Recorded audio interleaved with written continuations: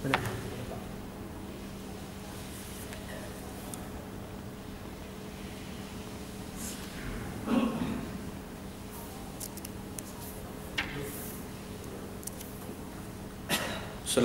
warahmatullahi wabarakatuh. Bismillahirrahmanirrahim. Alhamdulillahi rabbil alamin.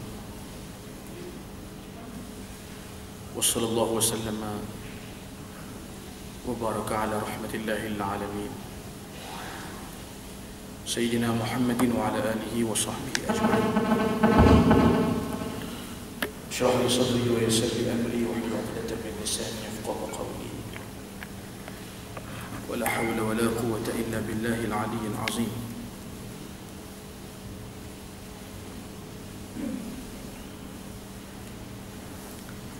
اللهم صل على سيدنا محمد الفاتح لما أغلق والخاتم لما سبق ناصر الحق بالحق والهادي إلى صراطك المستقيم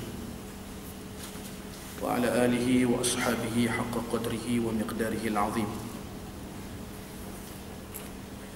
اللهم افتح لنا قلوبنا في طلب العلم وارزقنا الإخلاص فيه والعمل به والنشر به حتى يأتينا اليقين. رب اشرح لي صدري ويسر لي أمري واحلل عقدة من لساني يفقهوا قولي. ولا حول ولا قوة إلا بالله العلي العظيم. أما بعد. Alhamdulillah, pertamanya kita bersyukur kepada Allah Subhanahu Wa Taala kerana pada tengah hari ini dapat sama-sama sekali lagi kita bertemu dalam majlis ilmu, salah satu taman daripada taman-taman syurga yang Allah Taala telah kurniakan kepada kita melalui Nabi kita Muhammad sallallahu alaihi wasallam. Sebelum kita masuk dalam taman syurga yang sebenar, setelah berlaku kiamat nanti, maka hendaklah kita selalu-selalu menempatkan diri kita dalam taman syurga di dunia ini. InsyaAllah, kata ulama, kalau kita selalu hadirkan diri kita dalam taman-taman syurga di dunia ini, InsyaAllah di akhirat nanti kita juga akan menjadi salah seorang daripada penduduk taman syurga yang hakiki. Tapi kalau di dunia ni kita jarang menempatkan diri kita di dalam taman-taman syurga dunia, maka di akhirat bagaimana agaknya kita nak menjadi salah seorang daripada penduduk dan penghuni syurga Allah Ta'ala. Ada dua hadis yang perlu kita perhatikan. Hadis yang pertama, kata Nabi, "Idza marartum bi riyadil jannati farta'u." Qalu wa ma riyadul jannati ya Rasulullah? Qala hilaqud dzikri atau kama qala. Apabila kamu melalui taman-taman syurga di dunia ini, hendaklah kamu duduk walau sekejap di dalam taman-taman syurga dunia. Para sahabat terus tanya Nabi, apakah di syurga ini, apakah di dunia ini ada taman syurga? Jawab Nabi, taman syurga dunia hilaqud dzikri, perhimpunan dan perkumpulan orang-orang yang di dalamnya itu mengingat Allah, mengingat Rasulullah, belajar Quran, belajar hadis, majlis ilmu dan halaqah zikir. Hadis yang kedua, man salaka tariqan yaltamisu fihi ilman sahalallahu lahu tariqan ilal jannah. Barang siapa menempuh satu jalan untuk hadir majlis ilmu, barang siapa yang menempuh satu jalan untuk bersama dalam perkumpulan orang-orang yang menuntut ilmu macam kita buat tengah hari ini, maka Allah Ta'ala akan mempermudahkan baginya jalan ke syurga. Jadi orang yang selalu hadir majlis ilmu ni, insyaAllah di akhirat nanti ahli syurga Allah. Tapi kalau kita tak usaha, tidak ikhtiar, tidak susun baik-baik hidup kita ni supaya kita selalu ada dalam majlis-majlis yang seperti ini, bagaimana kita akan berhimpun dalam syurga Allah bersama Nabi kita. Dan bila kita duduk dalam bulan Rabiul Awal ni, semua orang cakap mengenai cinta Nabi. Ya. Maka cinta Nabi itu salah satu daripada bukti kecintaan kepada Nabi ialah mencintai majlis ilmu. Kerana Nabi SAW sangat mencintai majlis ilmu dan mendidik para sahabat supaya mencintai majlis ilmu. Para sahabat semuanya orang-orang yang mencintai majlis ilmu kerana dididik oleh Nabi SAW. Dan Nabi pesan dengan satu pesanan yang dapat kita lihat dan kita rasa betapa seriusnya Nabi SAW nak kita menjadi umat yang mencintai ilmu. Dalam satu riwayat Nabi kata kun aliman, dalam satu riwayat yang lain ughdu aliman.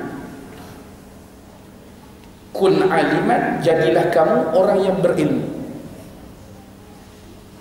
Dalam riwayat yang kedua ughdu aliman. Ughdu asal perkataan ghadah. Ghadah makna berpagi-pagilah dalam keadaan kamu seorang penuntut ilmu.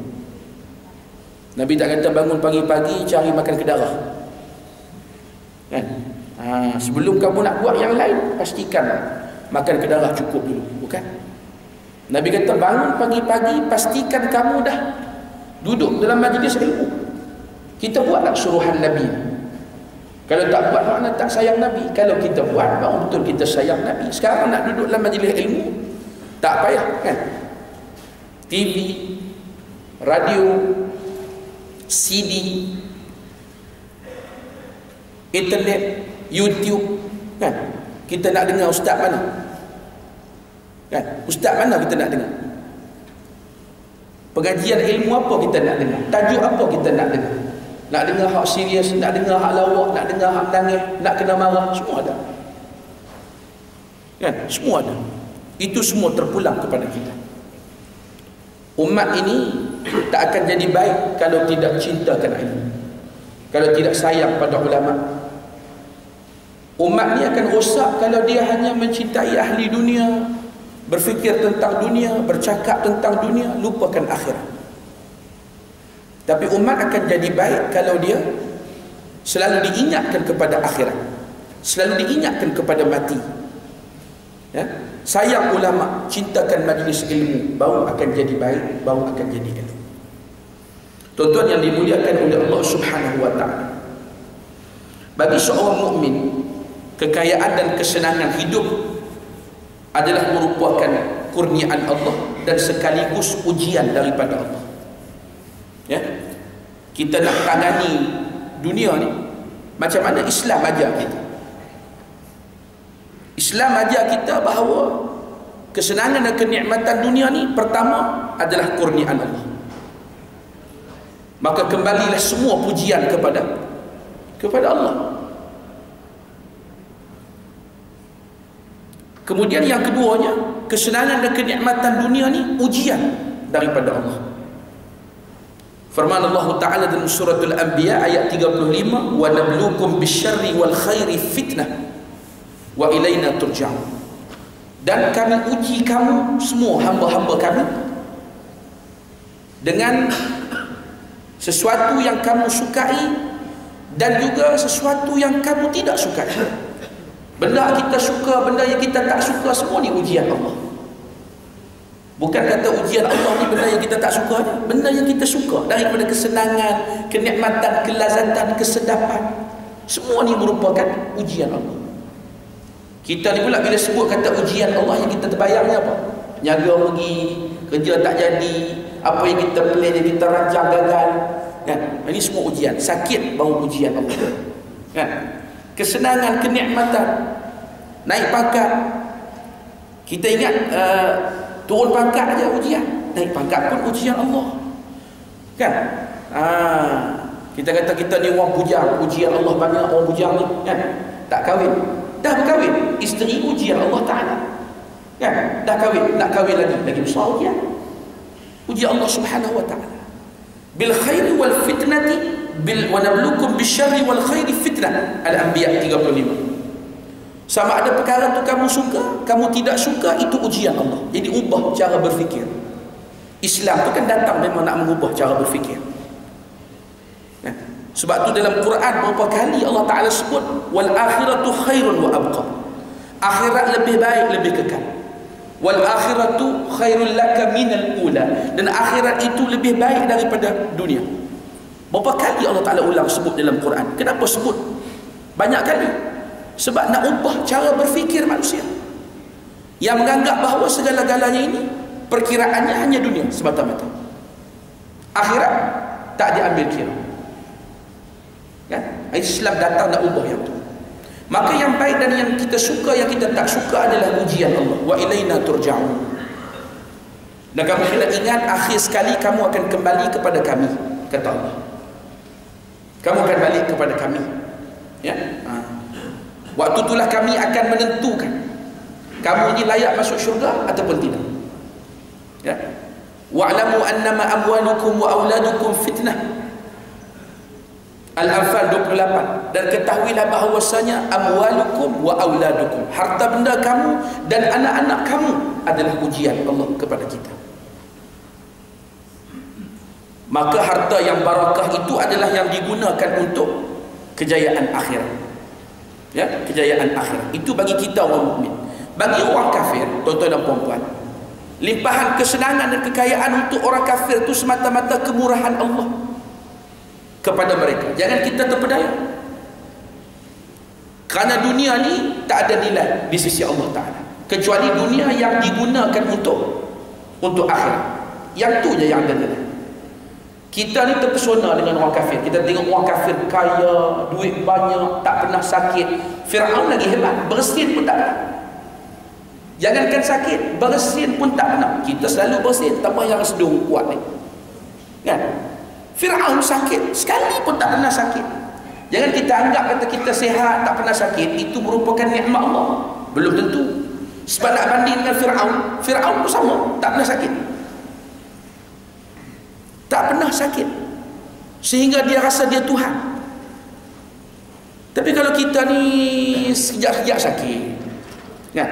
Dalam majlis ilmu ni banyak orang sakit, kan? Ini tidur letih, sakit ni, penyakit tidur letih. Nak buat macam mana? Tak ada ubat.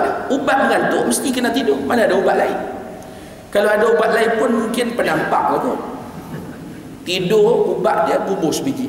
Jaga. Kan? Tapi itu bukan ubat tidur. Ubat mengantuk. Ubat mengantuk tidur. Tak ada masalah. Tuan-tuan tidur ni. Nah, jangan sampai berdengkur kalau air basi lah. Teruk sangat. Kadang-kadang dia kata ustaz saya ni memang susah tidur. Tapi kalau duduk dalam majlis ilmu jadi senang tidur. Sedap tidur. Tak ada masalah. Itu salah satu nikmat yang Allah Ta'ala bagi. Ya. Tidur ni nikmat. Ramai orang yang ada mata tapi tak boleh tidur. Dia tak boleh pejam. Kan? Tuan-tuan yang dirahmati Allah Ta'ala sekalian, jadi jangan terpedaya dengan orang kafir. Orang-orang kafir itu diberi kesenangan oleh Allah semata-mata kemurahan Allah. Tuan-tuan dan puan-puan, bau syurga ni boleh dihidu sejauh 500 tahun perjalanan. Jadi kita nak pergi satu tempat, berapa lama akan sampai tempat tu? 500 tahun baru sampai.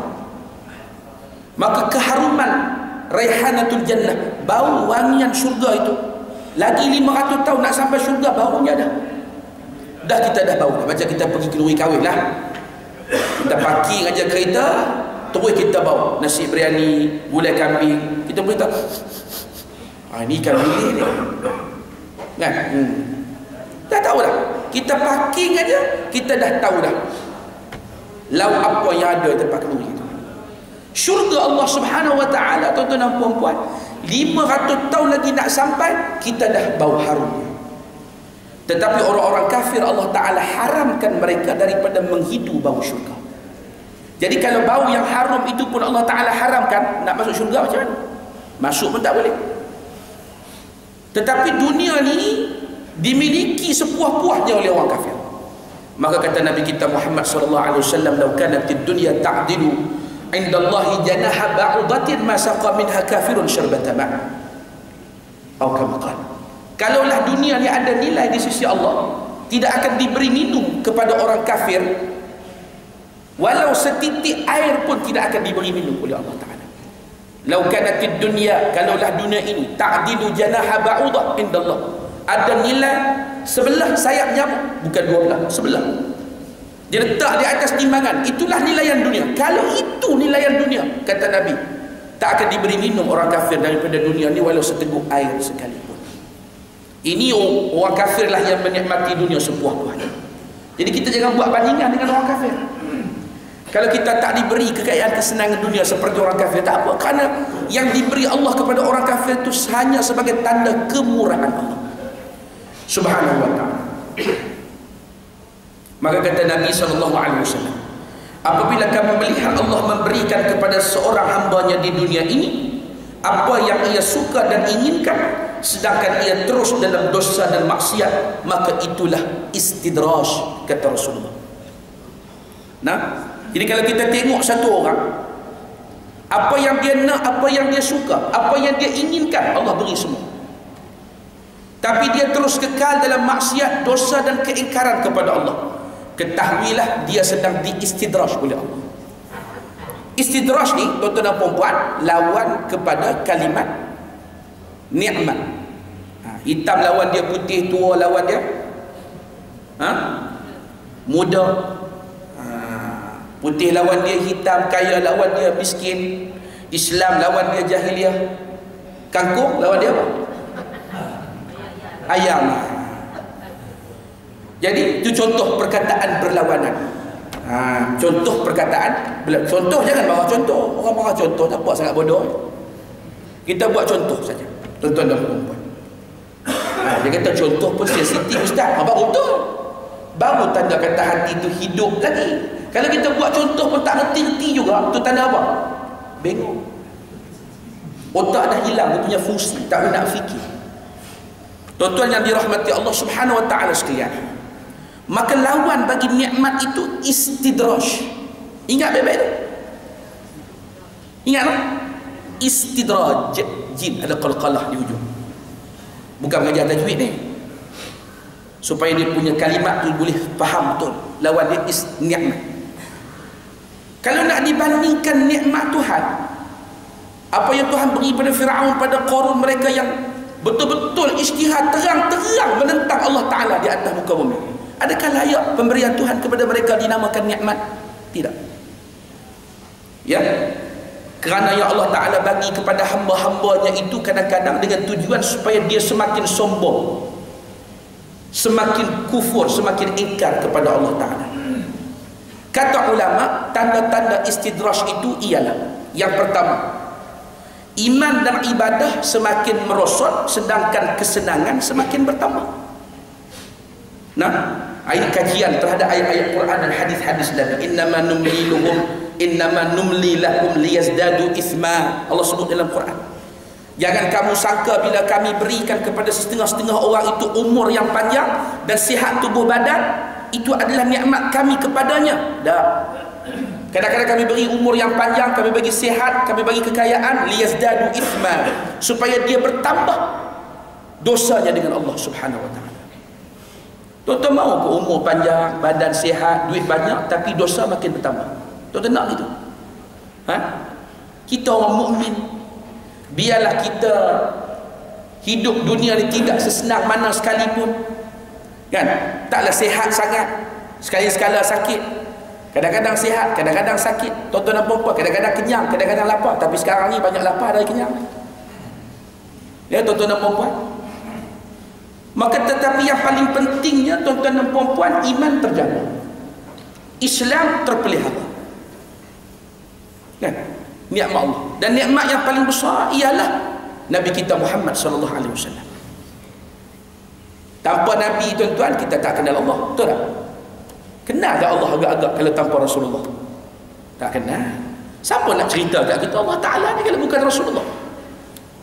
Yang bawa kita kepada Islam siapa? Rasulullah. Kan? Yang membawa kita ni, tuan-tuan, kepada Al-Quranul Karim siapa? Rasulullah. Sebab Allah Ta'ala sebut dalam Quran, qul bi fadlillahi wa bi rahmatihi falyafrahu dzalika khairun mimma yajma'un. Katakanlah wahai Muhammad, dengan kurniaan Allah dan dengan rahmat Allah, maka dengan dua perkara ini hendaklah kamu bergembira. Siapa?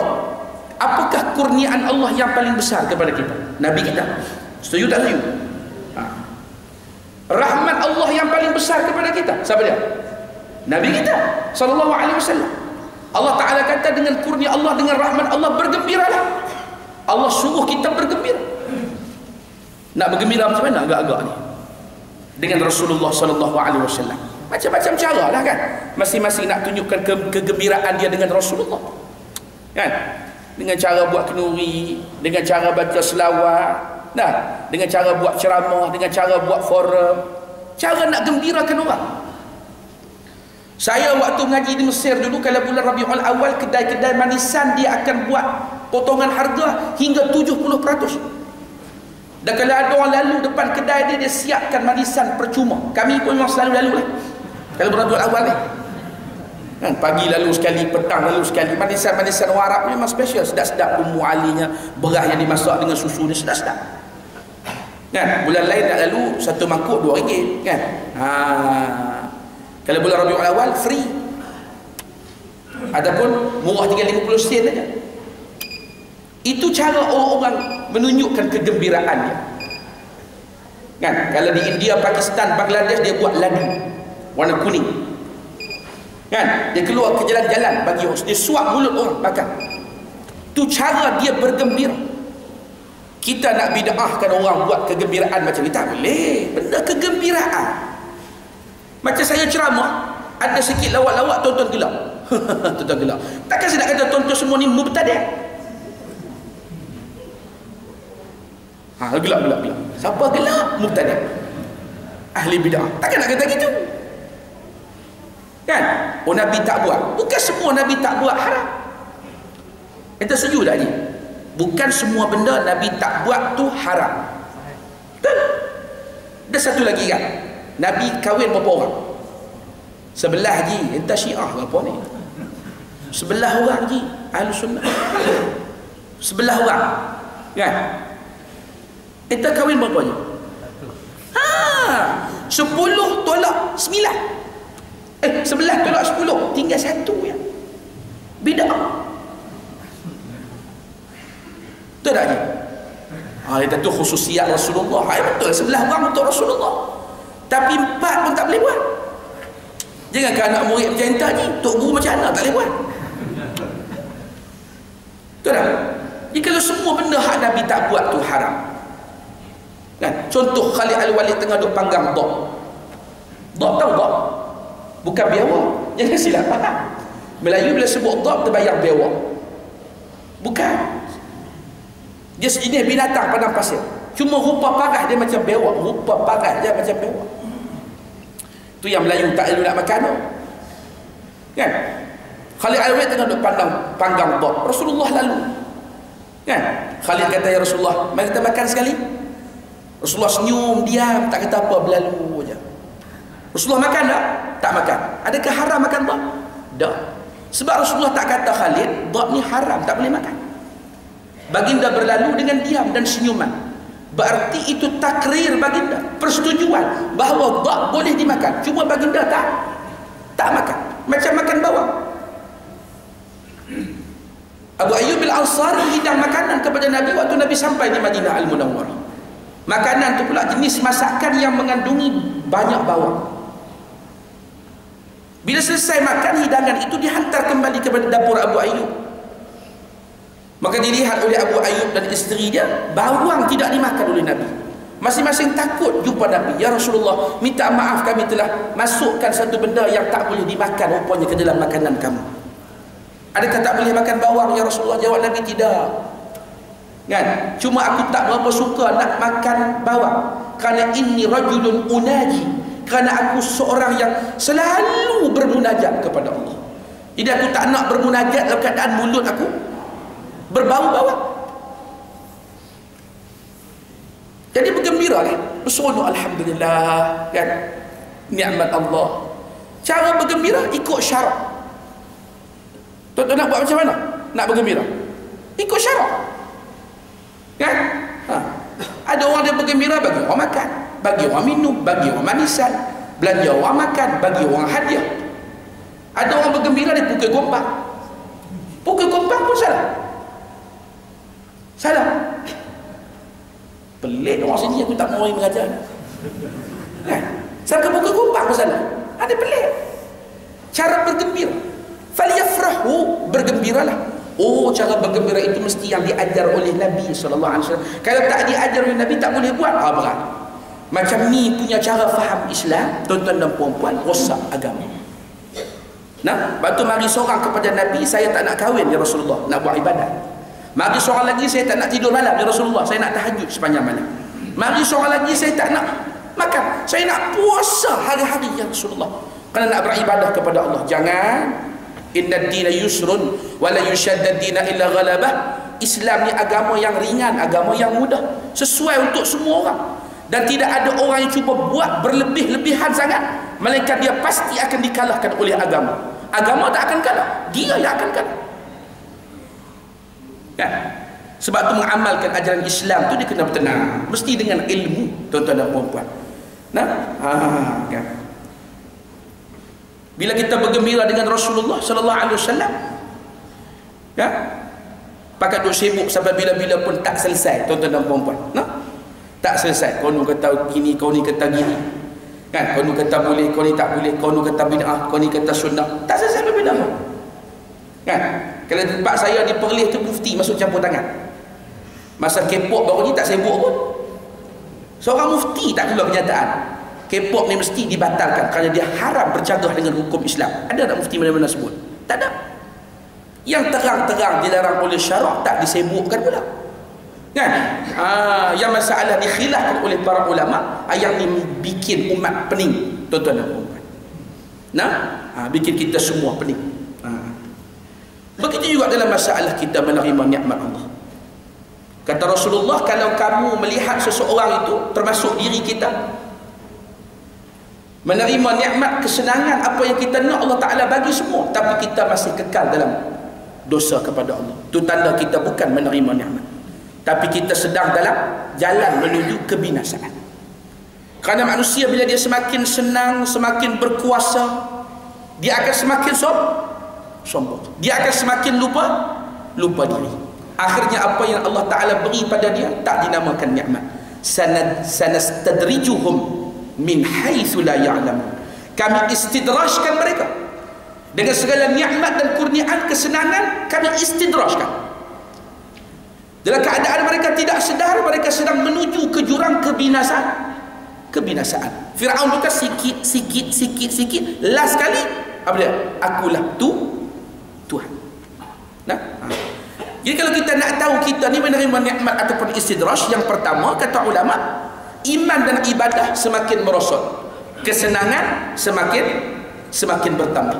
Kata Imam Ibnu Athaillah Sakandari, hendaklah engkau takut jika selalu mendapat kurnia dari Allah, sementara engkau tetap dalam perbuatan maksiat kepadanya. Jangan sampai kurnia itu semata-mata istidraj, bukan nikmat daripada Allah Ta'ala. Jadi kita kena semak diri kita, tuan-tuan dan puan-puan. Kita duduk di mana? Iman dan amal kita semakin bertambah atau semakin berkurangan? Kesenangan semakin bertambah, gaji makin besar, kan? Pangkat makin tinggi. Daripada yang sebawah-bawahnya sampai ke yang setinggi-tingginya. Tuan-tuan dan puan-puan, alhamdulillah, ni nikmatlah daripada Allah. Tapi layak dinamakan nikmat kalau kurniaan duniawi itu semakin bertambah, dalam masa yang sama iman dan amal soleh juga semakin bertambah. Tapi kalau kurniaan duniawi semakin bertambah, iman dengan amal semakin merosot, jaga, itu kita sedang menuju kebinasaan. Nauzubillah. Ya.